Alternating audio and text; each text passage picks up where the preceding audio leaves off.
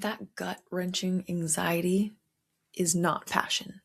It's your body screaming, I don't feel safe. And if someone is giving you mixed signals, stop sitting there trying to translate. That is the message. And this episode is for the ones who are tired of decoding breadcrumbs and ready to demand the whole meal. Hi, I'm Gabby Roberts, and welcome back to the Grow with Gabby podcast. This one is the ones who's ever confused anxiety for passion. The ones who've sat there wondering, am I crazy? Or is this not what love's really supposed to feel like? For the ones who felt like they're too much, for asking for what they deserve. But before we dive in, go ahead and hit that follow and subscribe button so you never miss any more of these mic drop moments that are going to happen today. Okay? Let's get into it. So there's a few parts. Part one, we're going to talk about why you keep confusing love and pain. Okay.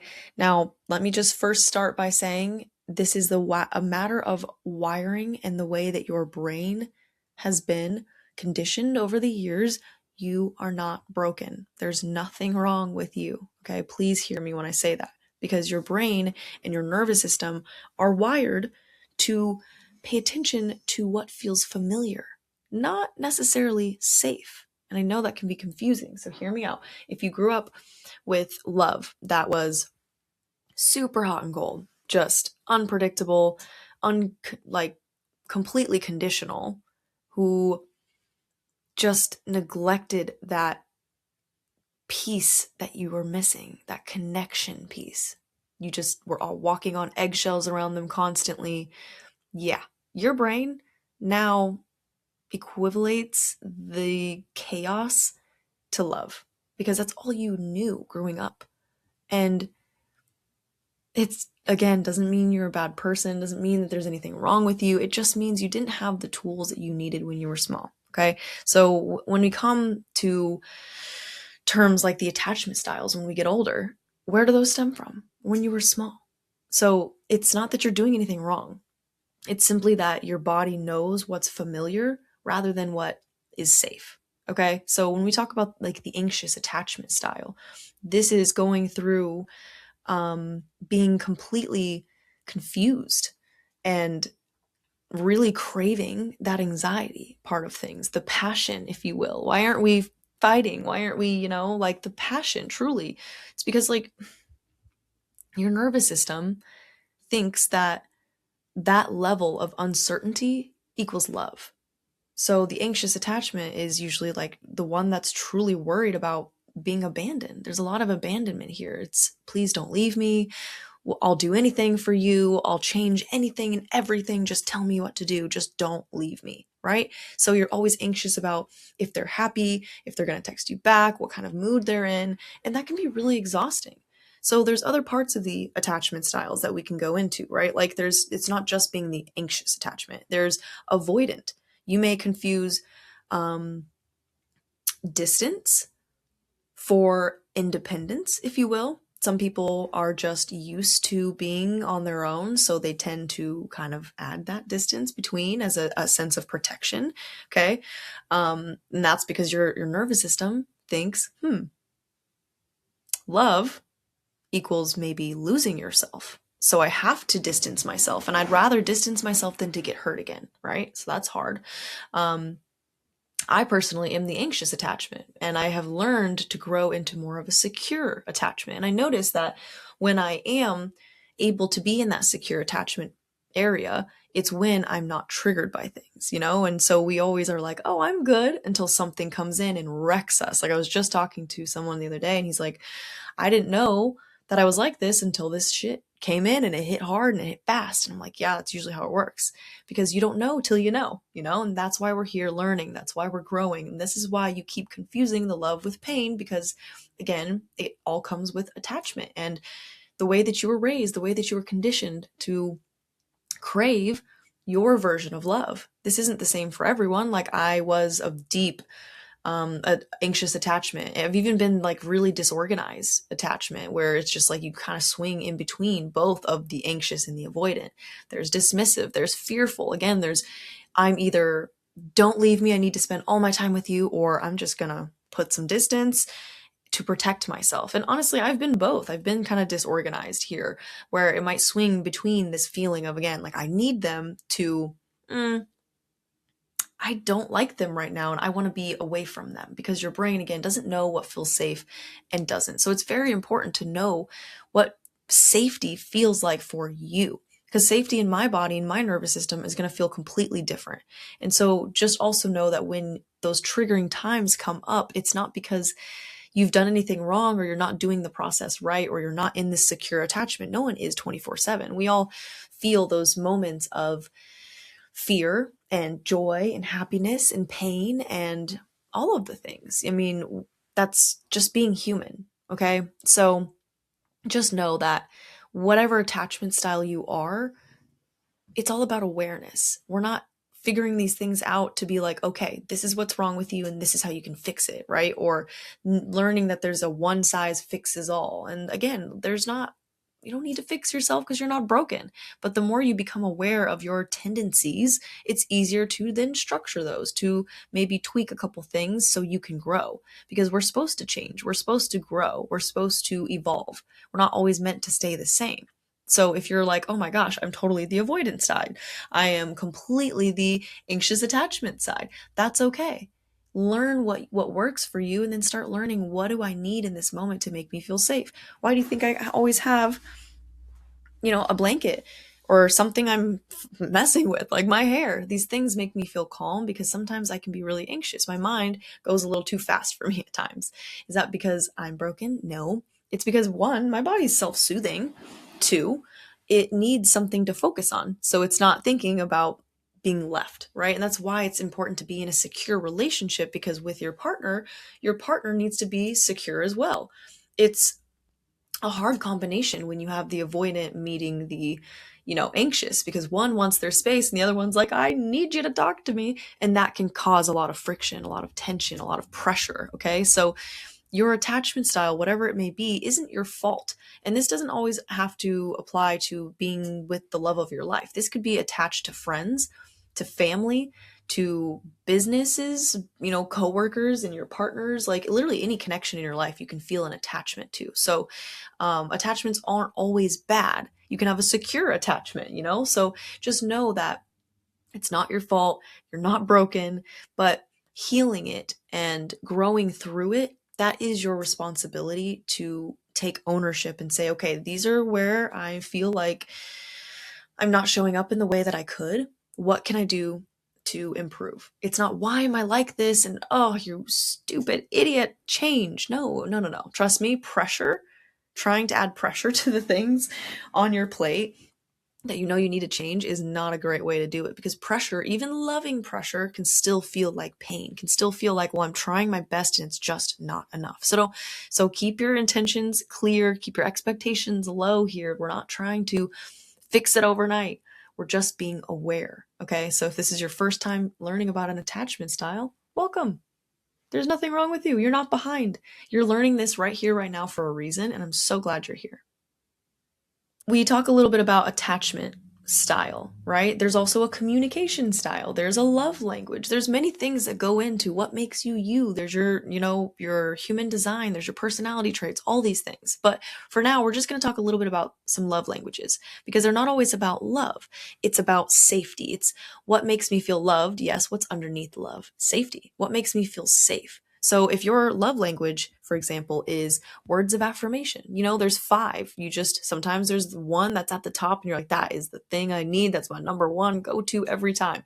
For me, it used to be acts of service. But I realize through time, I think it's words of affirmation. So if it is words of affirmation for you, but you're with someone who rarely says, I love you, or you matter, or I see you, or you're doing amazing and I'm proud of you, your nervous system is like starving for that validation. It feels like it needs it. Okay. So again, there's nothing wrong with having love languages. It's just getting really clear with what I want and what I need. And is my partner or whoever this person is able to give me that? Am I able to even give me that as well? Because most times the things we do for other people are slight little subtle projections of what we want in a relationship. For instance, if your partner has the love language of words of affirmation and your love language is acts of service, and every time they're upset, you're going around and you're cleaning the house and you're getting them things and you're doing stuff for them, and they're just like, I don't need that right now, because they're trying to show you what love they need. So sometimes it's reverse. So you just have to sit here and be aware without judgment of what's going on. How do I function? What is my love language, right? There's quizzes for this. There's stuff to find out. They're all over the internet. Google it, okay? That starving feeling, though, is really uncomfortable. So know that it's not just about love and the things that you need. This is what makes me feel safe. And those things should be honored, And if your person can't give you those love language, well, then you can have a conversation. And these conversations should not be things that tear you apart. These conversations should be things that bring you closer together. I know it's hard having a hard conversation with the person you care about, but after you do it, the love, the respect, the empathy, the validation you have for that person is like so much deeper. It should bring you closer together. Okay. So let's talk about if your love language is quality time. Okay. But you're with somebody who just needs a lot of their own me time. They're very detached, they are distant, and your brain is screaming to yourself, okay, well, clearly I don't matter. And that's very difficult. So you have to know, what is my love language? What is the partner that I'm with? What is their love language? And how can we make this work for the both of us? Okay. So then there's also acts of service. There's also like gifts, I think, as well. I thought there was like one more. Acts of service, quality time, words of affirmation, gifts. I think there's like one more. I cannot remember what it was. But the big ones really are words of affirmation, quality time, acts of service. Because if you need some quality time and that person is not there to give it to you, then you're not feeling safe in your body, in your love life, in your relationship, whatever it may be. If you have a very holistic business and you're like, hey, I need from my boss them to tell me I'm doing well, them to check in on me, them to give me these, hey, I saw you were swamped today, so I went ahead and I just got that email done, sent it for you. Like, that's incredible. It's not typical with corporate because everyone has like their little chains of commands or whatever, but it's possible. So you just have to realize, what do I want? What do I need? How can I get these things? And how can I give these things as well? So if your love language is acts of service and you're with somebody who never shows up and never does anything for you, it feels like you're begging for scraps, which can feel so frustrating when you probably just need to communicate. This is what I need. You're doing these things that I don't actually need. Remember, when you do these things, I feel like I'm being dismissed. I feel like I'm starving for attention. I feel like I don't matter, right? Because this is about you and your boundaries and what you want is what makes you feel safe, okay? The boundaries are always for the person who sets them, okay? So love languages are not just about preferences. They're needs that you have. And those needs deserve to be met, not only by yourself, but by the people around you. And it's not their responsibility, but if you're going to get into a partnership with somebody, they agree. This is what I can do for you. What can you do for me? It's this equal law of exchange here. It's not always going to be 50-50. Sometimes it's 80-20. Sometimes it's 90-10. Sometimes it's 95-5. Let's be honest. But we still focus on balancing and communicating and giving the ones that we love what they deserve, okay? And if those needs, again, are not being met, that's not love. That's survival. And now I'm not saying your needs need to get met right here, right now, every single time, forever, perfection. No. But eventually, if you can work towards them, great. And if it's just not working and you're beating your head against the wall and you're like, what is happening? Maybe it's time to sit back and say, okay, this isn't working. Why not? And before you just up and run, okay? Because some of those fearful and avoidant and dismissive attachment styles that we are like so far gone, like peace. No, we got to start learning, how can I communicate what I need, which taps into the communication styles, okay? So are you speaking the same language? Sometimes you can be trying to get everything you're trying to say out, but it doesn't come across to the other person in the way that they need. Okay, so there's a few kind of communication styles. There's passive communicators. Hello, people pleasers. We just try to be invisible so we don't upset anything and bother anyone and just like give them what they need so no one's upset with me. That goes with the anxious attachment style. Okay, there's a lot of deep abandonment with the people pleasers. They just don't want people to be upset, right? Because it disrupts their nervous system. Okay, there's the aggressive communicators that demand instead of connect, and they wonder why people shut down because they just take up the whole room and they're like, this is what I need. And that's a lot of very powerful energy, and it can overwhelm some people. Okay, so there's passive aggressive. That's what I have tended to be in the past. I kind of drop hints and then I get mad when they don't really get it, and I'm just like, I've been telling you all day, like, well, why don't you understand? And it can be very frustrating for yourself because you don't even know what you're trying to get across because you're not being clear. And same for the partner. Okay, so there's also assertive. Assertive is the goal. Okay, this is like the secure communication style, if you will. So there's the assertive communicators. This is the goal. This is basically the secure communication style. Okay, we want the secure attachment style. We want the secure communicators. They say what they mean.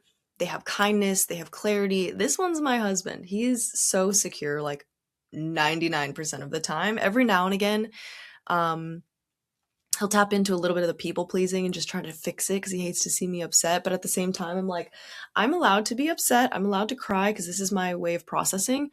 And you're allowed to feel how you feel too. But you don't need to people please. You know, it's a process. So the point is, before you decide that the relationship is doomed, you got to get across how you meet. And you got to get across what you're trying to say in a way that connects to the person. Because if you're angry and you're confused and it doesn't even make sense to you, how are you supposed to get that across to another person, you know? So if you're constantly confused and anxious and walking on eggshells, then there brings up a couple more things that, okay, maybe I'm not bad at communicating. It's that my needs genuinely are not being met, and I'm speaking to somebody who doesn't want to understand me. Because there's ways to understand. You can learn about your attachment style. You can learn about your love language. You can learn about your communication styles. You can grow. And again, if a hard conversation is going to ruin you, well, that's not love. And that's not someone that's willing to work with you. Because yes, those hard conversations feel like you're being chased by a lion. And then afterwards, it feels like you got hit by a freaking dump truck. It's not fun. They're not roses and daisies. You're not smiling through the conversations and flirting and being like all over each other. No, you're sitting there. You're uncomfortable. Sometimes you're crying. Sometimes you got to take a few pauses and then come back to the conversation. But is it worth getting through it with your person? Absolutely. Okay. So that's just part one, guys. We're getting really clear on what do I need? How can I ask for it? How do I feel loved? How do I feel safe? What do I need to make sure my partner knows so we can have a good relationship together? Okay. Which leads me into part two. How to stop confusing love and pain. Okay. We're going to give you some tools here. We talked about the styles of communicating in love and how you want to feel safe, but what are some tools that actually help? First is name the pattern. If you keep seeing the same thing happen over and over and over again, it needs to be addressed. Okay. So grab a journal, write it down. Where do I feel anxious in my relationship right now? Okay. Or in the past. Okay. You don't have to figure it out. You don't have to put pressure on it or perfect it or assume that anyone's going to change overnight. But getting aware is very important, and naming it is very powerful, because once it's out there, then you can decide what to do with it. Okay. So ask yourself, write it down. What love behaviors actually feel to me icky and they make me feel alone and not good, right? Write them down. Next, what did I learn about love as a kid? And how is this still serving me now? Sometimes there's patterns and behaviors and tendencies you pick up on because you saw your parents do it or your caregivers. And that's okay. So when you name the thing, the pattern, you are taking back your power, saying, I can do something about this. If you just ignore it and expect it to go away, it doesn't. Okay? Avoiding hard conversations does not fix your relationship. It ruins it. Okay, so step 2, rewire your brain for self-love. If you're the anxious attachment, practice it. Say, my worth isn't up for debate. This is who I am, and I'm not going to change who I am. Okay? It's not even about changing, actually. I kind of retract that last one. Actually, Tegan, let's pause and go back to the anxious attachment thing. If you're the anxious attachment, practice. Say it out loud. My worth is not up for debate. Let it feel real. Let it register. Let the body hear you. Okay? If you're avoidant attachment, practice saying out loud, I can need someone and still be me. Take a deep breath. Exhale. Okay? If you're the disorganized, if you're somewhere in between the two, or you're fearful or detached, practice saying aloud, I'm allowed to trust and to walk away when I need to. And take a breath. Exhale. Okay? Healing is not about finding the perfect love. No one's perfect. Some people may feel perfect for you, but they're not perfect. They have their flaws and you accept their flaws. It's about, again, not being perfect. It's about becoming the person that knows what love should feel like. It's not always going to look glamorous, but you can at least be consistent in the way that it feels. Okay? Step 3, demand clarity. No more decoding, no more breadcrumbs, okay? No more eating that shit up and asking for seconds. No. If there's someone's words and their actions are not matching those words, that's your answer. It's not that they're not going to change ever. It just may not be for you right here and right now. People only change when they want to change. Trust me, I've dated a few fixer-uppers that I really thought I could save, and they did not change. Did they learn things from dating me? Absolutely. Did I learn things from dating them? Absolutely. But did they change for me? No. Did that hurt me? Yes. Did I have to walk away? Yes. Okay? So if you're anxious more than you're at peace, that's your answer. Listen to the red flags that are already here. Take those rose-colored glasses off your face. I know it sucks and I know it hurts, but I'd rather someone feel pain and loneliness rather than ever settling for what they don't deserve, right? So if you're always the one initiating and compromising and apologizing and willing to grow, again, what am I going to say? That's your answer. Yeah. Love shouldn't feel like a puzzle, shouldn't feel confusing all the time. It should feel like you finally found someone that made you feel like home. Okay? And I mean that with all of my heart. And trust me, I was confused for years and I thought that I found it and I convinced myself I did. I was like, this is it. This is the person. I know it in my heart. There's no way there's anyone better for me after this person. This is my soulmate. And I was wrong. Dead wrong. And now I'm with someone who's actually my soulmate. And I'm so honored that I wasn't with that person. And no wonder it didn't work with them because I was never meant to be with them. Okay? So I'm going to leave you with some journal prompts today. And we're just going to keep journaling with awareness here. We're not meant to judge anything that you're doing. Okay? Write it down. Where in my life am I confusing anxiety for pressure and passion? Okay? Anxiety is not natural in love, okay? And I don't mean because he said I need to talk and you're freaking out. I'm talking if love, true love, does not disrupt your nervous system fully like that, okay? Write down what's one love behavior that I've normalized that's actually really hurting me. And then ask yourself, what would love feel like if it were safe? And if you're like, I don't know, that's okay. We're naming it here. We're not finding a solution and fixing it overnight. We're going one step at a time. Okay, so that's what I got for you guys. If this episode made you feel less alone, less crazy, less like you're asking for too much, then share it with someone who you think needs to hear it and tag me on Instagram because I want to reach out and tell you thank you because this is the only way that this podcast grows is by you sharing it. So tell me, tag me on Instagram at gabbyroberts.coach.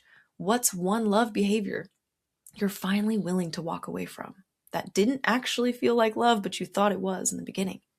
And that's okay. I won't judge you. I've probably been there. Okay. And if you're feeling ready to stop begging for crumbs and start actually attracting the love that you deserve from yourself, from your partners, from your friends, from your family, from your business, from your coworkers, from your boss, I've got something for you. On February 22nd, I'm going into a deep masterclass full of manifesting your ideal partner, how to stop settling and find and attract the love that you deserve. Okay? Go online, to gabby-roberts.com/feb/masterclass. Okay. And if you guys need the link, it'll be down in the show notes. Okay. So I'm going to just remind you, my friend, that you are already enough. There's no decoding, there's no performing, there's no begging for love. Now go choose the love that chooses you again and again and again. Okay? I'm going to leave you the same way I leave you every time. Be fearless, be free, be loved. No apologies, no excuses, and no crumbs.